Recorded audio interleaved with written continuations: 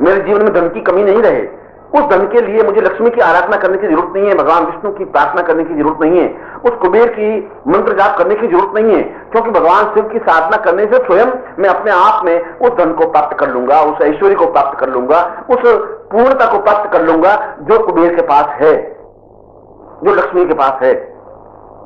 मगर मैं आक्रामक वृत्ति से उस धन को प्राप्त नहीं करना चाहता, उस कुबेर को प्राप्त नहीं करना चाहता, उस लक्ष्मी को अपने जीवन में नहीं उतारना चाहता। मैं चाहता हूं कि इतना अधिक धन, ऐश्वर्य, वैभव, विलास मेरे पास हो, अवश्य हो, मगर होने के बावजूद भी मैं चिंताग्रस्त नहीं रहूं, हर समय तनाव में नहीं रहूं कि यदि इस धन को किसी ने चुरा लिया तो क्या होगा, यदि कोई राज्य बाधा आ गई तो क्या होगा, यदि आग लग गई तो क्या होगा, यदि ये धन क्षीण हो गया तो क्या होगा, यदि व्यापार में कमी आ गई तो क्या होगा। क्या होगा शब्द शिव के पास नहीं है। न्यूनता शिव की बिंदु नहीं है, क्योंकि जहां शिव की साधना है वहां न्यूनता नहीं हो सकती, कमी नहीं हो सकती, किसी प्रकार की उसमें विक्षेप नहीं हो सकता। इसीलिए तो शास्त्रों में कहा गया है कि 1000 लक्ष्मी की साधना करने की अपेक्षा एक शिव की साधना करना ही अपने आप में पर्याप्त है।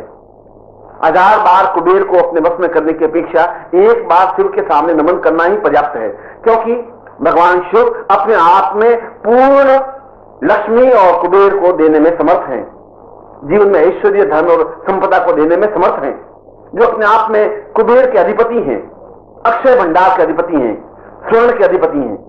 और भगवान शिव की साधना करने से वह सब कुछ सहज ही प्राप्त हो सकता है। और यही नहीं अपितु संभव बनने के लिए सर्वथा चिंता मुक्त हो, रोग मुक्त हो, और वे तो स्वयं उस शक्ति के अधिपति हैं, वह तो स्वयं उस भगवती जननी के आराध्य देव हैं, जो शक्ति की स्रोत है। और जहां शक्ति है, नम्रता के युक्त, नम्रता के साथ में शक्ति है, वहां रोग नहीं है, वहां किसी प्रकार का कष्ट नहीं है, वहां किसी प्रकार की बाधा नहीं है, अड़चन नहीं है, चिंताएं नहीं है। और इसीलिए तो भगवान शिव को मृत्युंजयी कहा गया है, मृत्यु पर विजय प्राप्त करने वाला है। इसीलिए तो भगवान शिव को अमृतमय कहा गया है, वह रोगों पर पूर्ण विजय प्राप्त करने वाला है। इसीलिए उन रोगों को दूर करने के लिए, उस मृत्यु भय को मिटाने के लिए अन्य देवी देवताओं की साधना करना आवश्यक है ही नहीं। आवश्यकता है स्वयं को संभव बना करके, नम्रता युक्त बना करके, समर्पण युक्त बना करके शिव के उस तीर्थ तल पर स्पर्श करने की क्रिया का ज्ञान प्राप्त करना है। और दूसरा तल, जहां मैंने पहले तल का स्पर्श किया, जहां मैंने पहले तल को, उस ज्ञान के पहले बिंदु को स्पर्श किया कि हम कर्मेंद्रियों और ज्ञानेंद्रियों के द्वारा पूर्णतः प्रणिपात हो, नम्र हो, विनीत हो, और साथ ही साथ हमारे सिर में जो अहंकार है, जो क्रोध है, जो लोभ है, जो मोह है, उसको उन कर्मेंद्रियों और ज्ञानेंद्रियों पर विनीत करते हुए बुद्धि से परे हट करके, विज्ञान से दूर होकर के पूर्णतः प्रणिपात होने की क्रिया उस ज्ञान का पहला तल है। और ज्ञान का दूसरा तल गुरु है, क्योंकि स्पष्ट रूप से कहा गया है, नमः संभवाय समयो भवाय च नमः। यदि तुम्हें उस भगवान शिवत्व को प्राप्त करना है, और शिवत्व को प्राप्त करने का मतलब है पूर्ण ऐश्वर्य प्राप्त करना, शिवत्व को प्राप्त करने का मतलब है पूर्ण शक्ति प्राप्त करना, शिवत्व को प्राप्त करना है मृत्यु पर विजय प्राप्त होने की क्रिया, शिवत्व को प्राप्त करने का मतलब है रोगों पर पूर्ण विजय प्राप्त करने की भावना। हम पूर्णतः रोग मुक्त हों, हम पूर्णतः मृत्यु से परे हों, मृत्यु हमारे स्पर्श नहीं कर सके, यमराज हमारे सामने झपट्टा नहीं मार सके, काल हमारे सामने खड़ा नहीं हो सके, हम निश्चिंत हो सके, निर्भीक हो सके, निर्द्वंद हो सके। और इसी कह रहा है कि ऐसा अगर तुम दूसरे तल पर जा सको तो ऐसा हो सकता है, मगर तुम्हें पहले भवाय बनना पड़ेगा, संभवाय होना पड़ेगा। संभवाय का मतलब है तुम्हें यह भावना आनी चाहिए कि तुम अत्यंत नम्र हो, विनीत हो, क्षमायुक्त हो, तुम्हें किसी प्रकार का अहंकार नहीं है, तुम्हें किसी प्रकार की लोभ मोह की वृत्ति नहीं है, पूर्णतः निष्पक्ष और पूर्णतः शुद्ध सात्विक बनकर के गुरु चरणों के पास पहुंच सको। क्योंकि नमः संभवाय स्मयो भवाय च नमः, भवाय बनने के लिए, उस शिव के पास पहुंचने के लिए तुम्हारे पास और कोई रास्ता नहीं है, तुम्हारे पास केवल रास्ता गुरु रास्ता है। भवाय का मतलब है गुरु, जो तुम्हें मार्गदर्शन दे सकता है, जो तुम्हें अग्रसर कर सकता है, जो तुम्हें शिव तत्व की बारीकियां को समझा सकता है, जो शिव तत्व की साधना को संपन्न करवा सकता है, जो तुम्हें मृत्यु से परे हटवा सकता है, जो तुम्हें रोग मुक्त कर सकता है, जो तुम्हें क्षमा करने की क्रिया सिखा सकता है। और ज्ञान के दूसरे तल पर पहुंचने के लिए, भवाय बनने के लिए, अपने आप को समर्पण करने की क्रिया का भान होने के लिए अपने जीवन में भवाय को स्थापित करें, अपने जीवन में गुरु को स्थापित करें, क्योंकि गुरु को शास्त्रों में भवाय कहा गया है। भवाय तवै गुरुवै परम महा, भवाय ही अपने आप में जीवन में गुरु हैं। इसलिए शिवोहम गुरुर्वै शिवोहम, मैं शिव को गुरु के रूप में ही देख सकता हूं। शिव को अपने किसी अन्य रूप में देखने की क्रिया का ज्ञान है ही नहीं। शास्त्र बिल्कुल दो टूक शब्दों में कह रहा है कि शिव अपने आप में पूर्ण रूप से गुरुत्वमय है। गुरु के माध्यम से चलकर के ही शिव तक पहुंचा जा सकता है। गुरु के माध्यम से ही हम उस शिव के साक्षात दर्शन कर सकते हैं, शिवत्व को प्राप्त कर सकते हैं, उस पूर्ण कुबेर और संपदा को ऐश्वर्यवान बन सकते हैं, लक्ष्मी के अधिपति बन सकते हैं, मृत्यु पर विजय प्राप्त कर सकते हैं। मगर वह रास्ता भवाय बनकर के होने से है, गुरु के माध्यम से ही संभव है। और गुरु तुम्हारे उस ज्ञान के दूसरे तल को स्पर्श कर सकता है। गुरु तुम्हें बता सकता है कि जीवन का आधार और चिंतन क्या है। गुरु तुम्हें बता सकता है कि तुम चिंता मुक्त कैसे हो सकते हो। गुरु तुम्हें इसकी व्याख्या कर सकता है कि अगर तुम्हारे जीवन में रोग है, तुम रोगों से मुक्ति कैसे प्राप्त कर सकते हो, तुम कैसे शक्तिमान बन सकते हो, तुम कैसे अपने आप में जीवन में पूर्णत्व प्राप्त कर सकते हो, और उस शिवत्व को प्राप्त करने की क्रिया, उस शिवत्व को प्राप्त करने की भावना, उस शिवत्व को प्राप्त करने का चिंतन का रास्ता कौन सा है। और इसीलिए इस मंत्र में भवाय शब्द को मध्य में रखा है।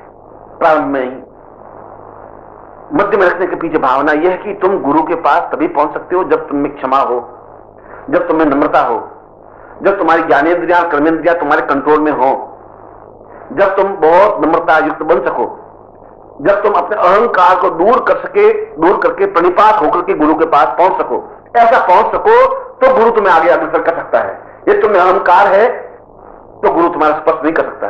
तुम गुरु को प्राप्त कर भी नहीं सकते, तुम गुरु के हृदय के एकाकार नहीं बन सकते। और इसीलिए तो भवाय शब्द के तीनों तत्वों को शामिल करके, तो भवाय का तात्पर्य है तुम में किसी प्रकार की न्यूनता नहीं है, मैं तुम्हें न्यूनताओं से ऊपर उठा सकता हूं। गुरु कह रहा है उस संभवाय बनने की क्रिया के बाद कि तुम बिल्कुल नम्र बनकर के मेरे पास आए हो तो मैं तुम्हें पूर्ण भवाय बना सकता हूं। यदि तुम पूर्ण समर्पण युक्त होकर के आए हो तो मैं तुम्हें शिव तत्व पर ले जा सकता हूं। यदि तुम पूर्ण रूप से ज्ञानेंद्रियों कर्मेंद्रियों पर विजय प्राप्त करके आए हो तो मैं तुम्हें उस लक्ष्मी और कुबेर के अधिपति के स्थान तक पहुंचा सकता हूं। और इसीलिए तो जीवन में गुरु ब्रह्मा, गुरु विष्णु, गुरु देवो महेश्वर स्पष्ट रूप से कहा है कि गुरु स्वयं महेश्वर है, गुरु स्वयं शिव है, गुरु स्वयं साक्षात है, क्योंकि शिव का पूर्ण रूप, पूर्ण प्रतिबिंब शिव है। हमारे सामने शिव तो नहीं है, मगर शिव का मूर्ति मंत्र स्वरूप गुरु के रूप में है, और इसलिए गुरु को शिव कहा गया है। गुरु की व्याख्या, शिव की व्याख्या करना है। इस पूरे मंत्र का अगर धात्वर्थ लें, अगर पूरे मंत्र के अर्थ के चिंतन को स्पष्ट करें, तो पूरे मंत्र में एक ही बात को स्पष्ट रूप से बताया गया है कि नमः संभवा इसमयो भवा यच नमः शंकरा यच महेश्वरा यच नमः शिवा। मैं नमस्कार करता हूं उस लक्ष्मी के अधिपति शिव को, उस कुबेर के स्वामी शिव को, उस मृत्युंजयी शिव को, उस अमृतमयी शिव को जो रोगों पर पूर्ण नियंत्रण प्राप्त करने में सक्षम है। परंतु अपने जीवन में मैं ज्ञान के दूसरे तल पर उस शिव को नहीं पहचान सकता। मैं शिव तक पहुंचना चाहता हूं, और पहुंचने की क्रिया तो ज्ञान के तीसरे तल पर है। अभी तो मैं दूसरे तल पर आया हूं, अभी तो मैं बिल्कुल एक मिट्टी के लौंदे की तरह हूं, जहां मुझ में कुछ चिंतन नहीं है, मुझे ज्ञान नहीं है, कुछ मंत्र करने की क्रिया नहीं है, शिव के स्वरूप को समझने की क्रिया ही नहीं है। परंतु मैं साधु बनकर के आया हूं, मैं पूर्णतः प्रणिपात होते हुए आया हूं, मैं पूर्णतः नम्र होते हुए आया हूं, मैं गुरु में अपने आप को एकाकार करने के लिए आया हूं। क्योंकि गुरुर्वै शिवोहम, मैंने और शास्त्रों में एक ही बात को बार बार उच्चित किया है कि शिव को समझना है तो गुरु को ही समझना पड़ेगा। अगर शिव तक पहुंचना है तो गुरु तक पहुंचना ही पड़ेगा। गुरु के माध्यम से ही हम शिव तक पहुंच सकते हैं, और यदि हम शिव तक पहुंचे ही नहीं तो जीवन में हम मृत्यु पर विजय प्राप्त कर ही नहीं सकते। संसार का कोई देवता शिव के समान नहीं है जो मृत्यु पर विजय प्राप्त करने में सक्षम हो।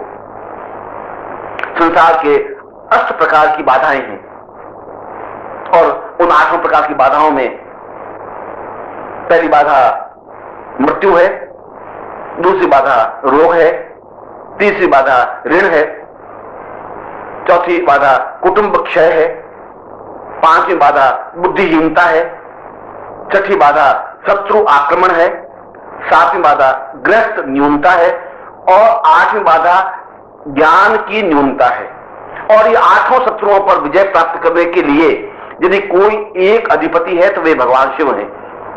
महेश कराय का मतलब है उन आठों प्रकार की बाधाओं पर नियंत्रण प्राप्त करने के लिए भगवान शिव को मैं प्राप्त करूं।